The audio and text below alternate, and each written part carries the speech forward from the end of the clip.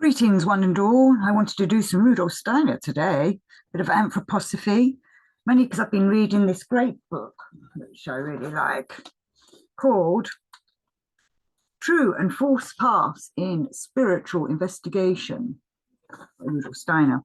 He goes through all the different ways that, well, as we know, there's left-hand paths, there's right-hand paths, and how people get taken down the wrong paths, even though with good intentions they are going ahead to try and develop their path and find their soul and connect with the divine and find their truth. We're all gullible, we all go down wrong paths at some point, but this is why we want to do a bit of Gurdjieff work or Steiner work to develop ourselves so that we can be more attuned to what's going on out there, make your spider senses be on top form so that we can tell when it's a bit of a charlatan coming towards us, telling us that he's going to or she's going to change our lives for the better, or whether it's some, well, perhaps there are true teachers out there that want to take you in and help you for altruistic and to help the world and planet kind of reasons. But I know many people on the, let's say, the new age realm and the new age paths, they start off with good intentions, and I do see that. You know, they want to change the world. We all want to make it a better place. We all want to be the hero that can put humanity back on track.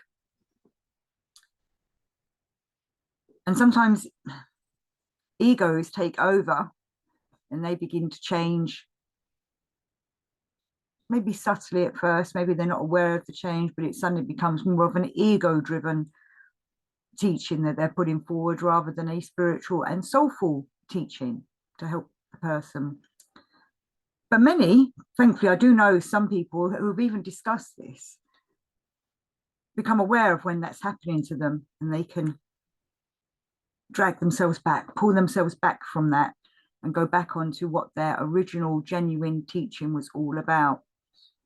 You know, we've all had it, moments when we've had our ego flattered and we get put on a pedestal. Well, we shouldn't be. We're all here trying to help each other. We're all equals, though people are at different levels of knowledge, yet everybody, whatever level they're at, can help other people. And sometimes people that say to me, oh, I have no understanding of all this, or can't quite grasp something, but suddenly they come out with this gem of knowledge that I'd never thought of before, make me see something in a way I've never thought of before. And I know I'm the same for them, vice versa. We're all trying to help each other. We've all got wisdom to give, I'm going to say, because our knowledge turns into wisdom at some point if we work on ourselves. And this is why we shouldn't be judgmental of people at different levels, or let the ego say to us, oh, I'm better than them because I'm higher up the ladder than they are. You might be higher up the ladder, but you know, you still got to keep your ego in check. But that's not what I came here to talk about. I went off on a bit of a rant then. I was going to talk about Rudolf Steiner in this book, True and False Paths, because I found something that he says very interesting. Well, he always says things that are interesting. And this is in lecture 8 of this book. And I've been, suppose I've been talking a lot to people recently about how do we stop the dark forces taking humanity down the wrong path. And, you know, it's come to my conclusion, and to other people who've been explaining this to me over the last few years, that it's, we don't go and battle Satan or battle Lucifer or battle Ahriman and kill them off. We need to help them with their evolutionary path. They also need to evolve. So it's not about taking a battle to them. It is a spiritual war that's going on, but we work with them in a different way. We don't work with them in going forth with our swords or our, you know, Tommy guns or whatever to obliterate them. We've got to help them evolve themselves. But then Steiner was talking in this book about how Ahrimanic forces get into people. And I do notice that Well, maybe I'll read some of this. He's talking about mediums and seances, and I can't deny I've been involved in things like that in the past. I stopped it a long time ago. I really wanted to be a medium. I wanted to be able to contact the dead. I wanted to be able to find answers. I wanted to be able to help other people on this life that were still caught up with, having lost their dead loved ones. So I went through all the mediumistic training, but I was rubbish at it. Couldn't seem to contact the other realm at all. And now I'm grateful for that. I see why I'm glad that it didn't work out for me and that I wasn't a part of becoming a medium and working on the stage and being in spiritual churches. I also went to quite a few seances, and I've always found them a bit creepy. Obviously, when I was younger, it was an exciting thing to do. I wanted to go and do this kind of thing. I wanted to contact the dead. I wanted the dead to prove that it was there. I wanted to connect with ghosts and such like. I hadn't really studied into it much. Obviously, it's glorified on movies and TV shows, though it always comes with a little warning and a caveat that nothing ever works out well for everyone that takes part in it.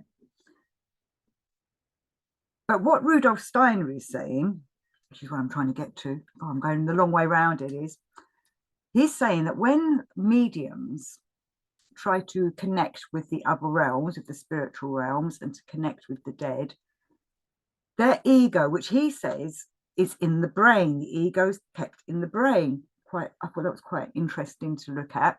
Not the soul, not the spirit. He's talking about the ego of us, the I of us being a personality in this realm, is kept in the brain.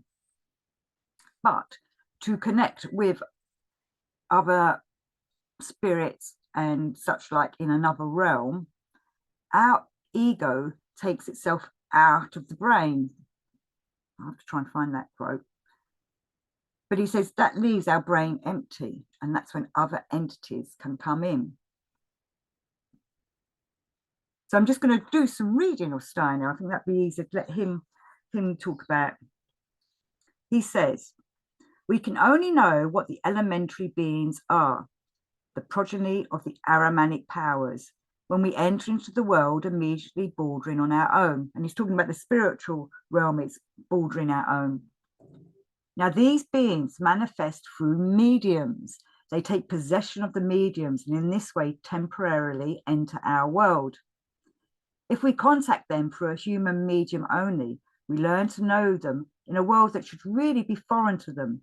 We do not know them in their true form.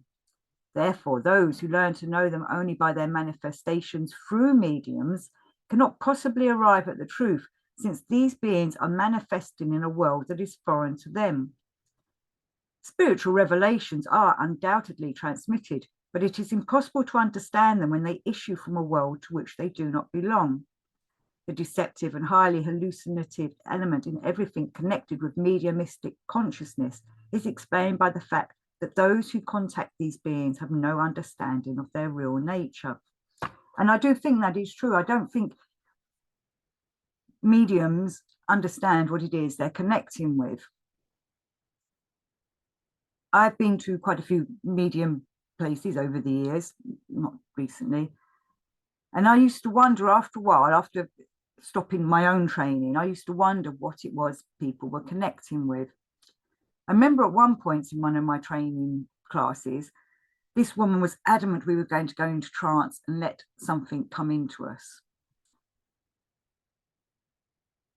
So all the others were beginning to do that. And it was like gibber, it was like talking in tongues. They were all going, la, la, la, la, la, la. I felt something trying to come into me, and it was behind my neck, behind my throat, and it was wanting to come out and go whatever it was going to say. But I fought that feeling. I wasn't saying I was terrified or anything like that. I just knew it wasn't human. And this was one of those steps that began to make me realize I didn't want to do this training anymore. Obviously, I hadn't read Steiner then, or I had read Steiner, but not these kind of things. I'd done things like occult science and stuff like that. I hadn't read the deeper books. But I'll never forget that feeling of something trying to come into me. And now I'm concerned about all these people that have let things come into them and talk through them. And Steiner says they don't often leave. These beings, once they're in these people, they stay there and manipulate them. But one thing I did want to quickly say about this was spiritual revelations are undoubtedly transmitted, but it's impossible to understand them. For those of you that have been to spiritual churches and had mediums talk to them and say, oh, I've got a message for you or whatever, it's always very vague, perhaps a bit abstract. It's not very clear. And they come out with these, mediums come out with these, oh, I can only hear them, or I can only see them. They have different clairaudient to hear, clairvoyant to see. They see them in their minds, pictures, and they have to try and interpret what these pictures are trying to tell them. And as Steiner's saying here, it's because these demonic beings, these Ahrimanic beings, are coming from another world into our world, and they don't really know how to operate in our realm, in this physical world, in Earth, because they've come from a different realm, which borders with this. So it is a bit worrying what these mediums are doing. I now see why people like Houdini went out to try and find out whether they were fraudsters. Many of them were fraudsters and were trying to just doing it as cheap tricks. But I wonder if he was aware that it was also bringing through forces that aren't human. Obviously, he was involved with Conan Doyle a lot, and Conan Doyle very much believed in the fairies and the elementals. And I'm not poo-pooing that. I think that's great. I believe in that kind of thing. But there is also others that don't work for our benefit. There's other demonic forces trying to come through. And he says here, the deceptive and highly hallucinative element in everything connected with mediumistic consciousness is explained by the fact that those who contact these beings have no understanding of their real nature. And I think Houdini might have been even trying to work that out himself. What are these beings that are coming through these people? What are they trying to do? Are they dead human souls trying to come through, or is there something a bit more iffy going on here? And Steiner goes on. Now, because they enter the world in this way, a unique destiny is reserved to these beings. So these are the Ahrimanic beings coming through the mediums. The knowledge of the universe that I've described serves to enlarge our field of knowledge. When we enter the world of the dead and traverse the demonic forest, actually, I wasn't going to read this bit, but he's talking about we can go into the other realm as well through certain, I was going to say trance methods then, but he actually says it's more about developing yourself so that you can lift the vow and go into the other realms. But then again, the same thing would happen to us. We'd go into these other realms and it would be, I wouldn't say incomprehensible to us. We would recognize things in it, but it's not the same as living in this physical world. The physics is different. Right, what was I going to say? Right, and so it is with the beings who take possession of the mediums. They detach themselves from their companions whose task it is to carry over the present into a distant future. Because what he's talking about is these elemental beings all have a role through their evolution, and not necessarily in this time, but in the future. But they've got their roles in their spiritual realms. And what's happening is mediums are opening up, calling these beings through, and then the beings, like these Ahrimanic beings that are going into the mediums' brains and taking them over, they're saying they're now being taken away from the jobs they're supposed to be doing. It's like they've been pulled out from their continuing task in the other realm, and then they're stuck in this realm with nothing to do, because the mediums don't usually send them back to the realms they've taken them from. We've got to remember, mediums usually think it's some dead soul they're talking to. They're not aware that it is probably an Ahrimanic being that's now trapped in this world. And what are Ahrimanic beings going to do if they've got nothing to do? They're going to cause mischief. They're going to run around and do all kinds of stuff. So through the agency of mediums, they invade the world of the present, are there caught up in the destiny of the earth, and sacrifice their future mission. So they're not doing the job they're supposed to do because they're stuck in this world. In this way, they deprive man to a large extent of his future mission. And this is what faces us when we understand the real nature of mediumism. For mediumism implies that the future shall perish in order that the present may be all important. And what he's saying here really is, because the mediums aren't aware of what damage they're doing by calling these beings through, they're doing it because they're, the now is important to them. They've got somebody in front of them that they need to show off to and pretend they're calling the dead through without consideration, because they don't understand how all the other realms work and how all the other beings also have tasks, like we have tasks on this planet. Steiner talks about this lots, that we all have tasks to do. Every being has a task to do to help with the evolvement of the universe, and we're disrupting it, us naughty humans.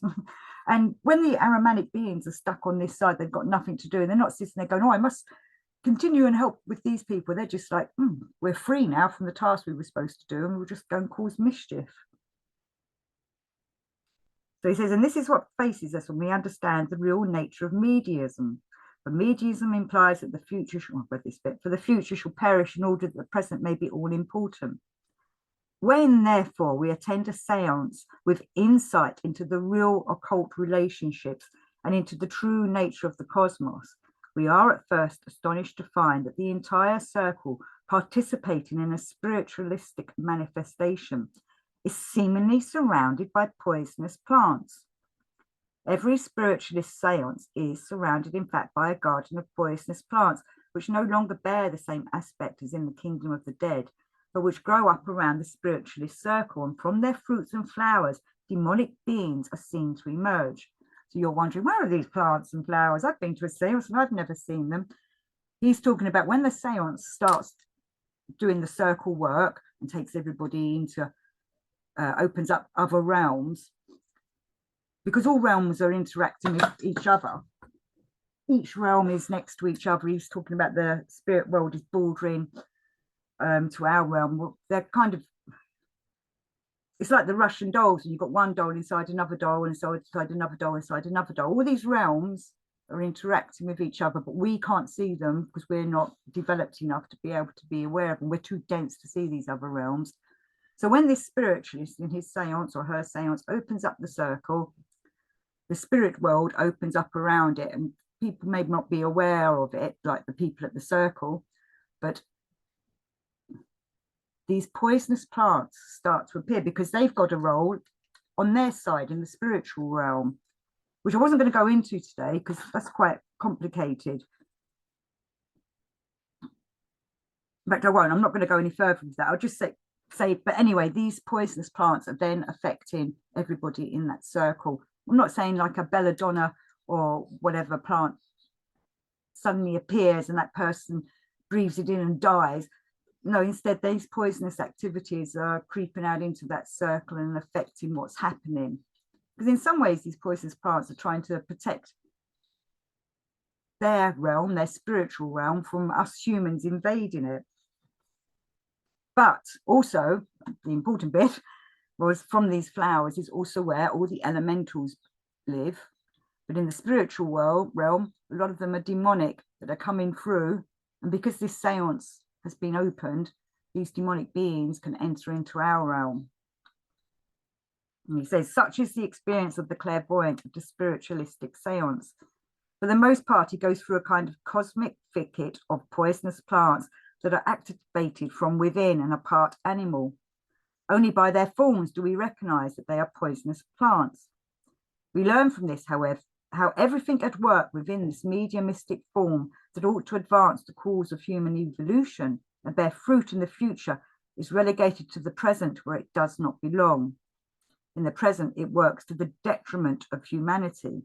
Such is the inner mystery of mediumism, a mystery of which we shall, he's going to talk more about it in other lectures.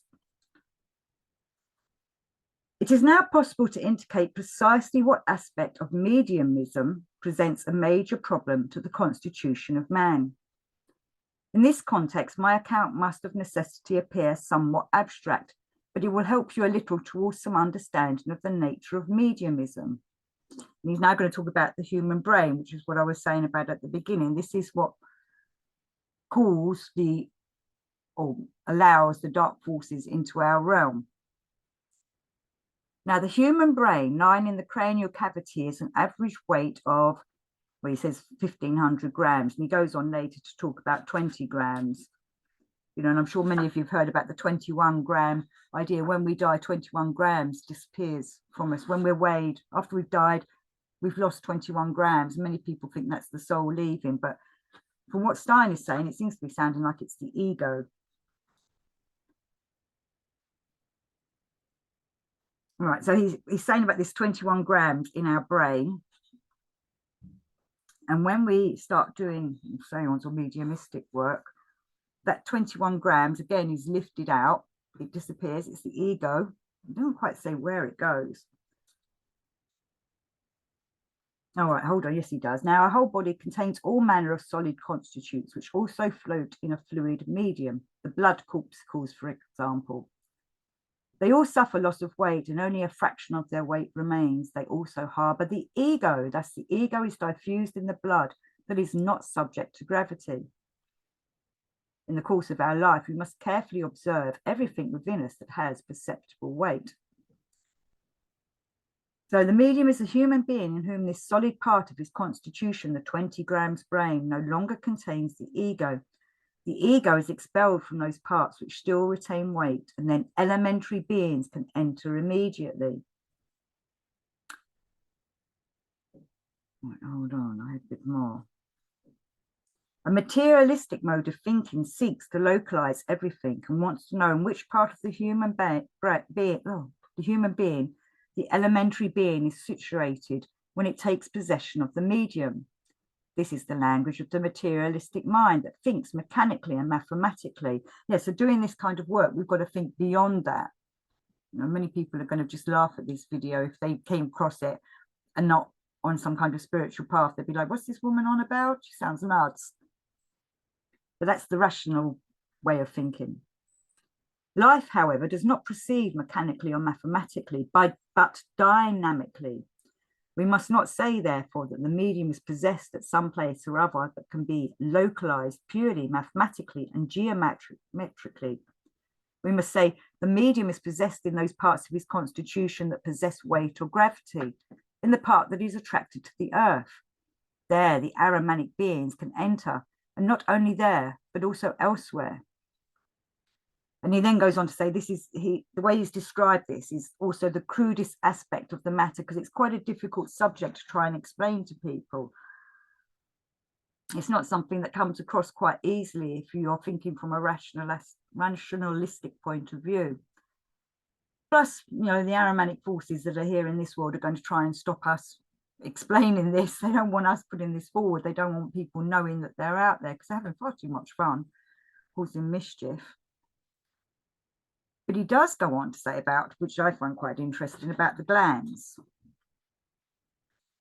There is no denying the fact that in all mediumistic phenomena, we see the intrusion of another world. And it is, you know, I know people want to say, oh no, it's just my dead loved grandparent coming through. It's probably not. It's probably a naughty entity. Just as the Ahrimanic beings of another world can enter into the movements performed by the medium, so too can they enter into the emanations, which I described yesterday, so that was a different lecture. Powerful fluid emanations are present notably in the glandular regions of the human organization. These elementary beings penetrate not only into the fluid emanations, but also into the breath emanations and light emanations. And it's something that I find quite interesting, that many mediums that I've met over the years have weight problems. And I remember one beautiful young lady I used to know who was on the training class with me, beautiful, slim young lady. She managed to do all this, but by the end of it, she was having glandular problems, and she even went to her doctors about it, and they said it's glandular problems. So, you know, it wasn't because she was eating too much. These entities get in there and fill people out. And that's going to come across as really awful thing to say, that, you know, all mediums are overweight, but it's these entities can live in the glands and they want to work on through the glands and work through the person. Yet I know many mediums are doing all this because they feel they're helping people and they want to help people, but they're just not aware of the darker implications of what it is this work is doing. And Steiner says, mediums and those who experiment with mediums are unaware of the real processes involved. The black magician, however, is fully conscious that he is invoking for his own purposes these beings of the elementary world into the chemical emanations of human beings, more especially into his own. Hence, the black magician is perpetually surrounded by a host of subordinates consistent of these elementary beings, and he makes it possible for them to use the occult chemical impulses in the phenomenal world, even through his own emanations or through fumigations, perfumed from the burning of aromatic gums carried out in his laboratory. Because as many of you know, if you light a fire, the fire elementals come through. And then when you put a fire out, you know, there's the smoke, them elementals are coming up through the smoke. You light some incense, the elementals from that incense come through. I love incense. I burn some every morning before I go out and do my usual day-to-day stuff. And I like some at night when I'm going to relax and rest. But I do bless them. I bless my incense before, you know, let it be good. Let this smoke work. Blessings on this place where I live. Disperse any dark entities and bring forth the angel or the angelic way of beings. Because we're working more as white magicians. We're not black magicians. Well, I hope you're not black magicians. Or if you are watching this and you are a black magician, hopefully my videos are helping you to swing back to the white path. Be a white magician. Because he does remind us also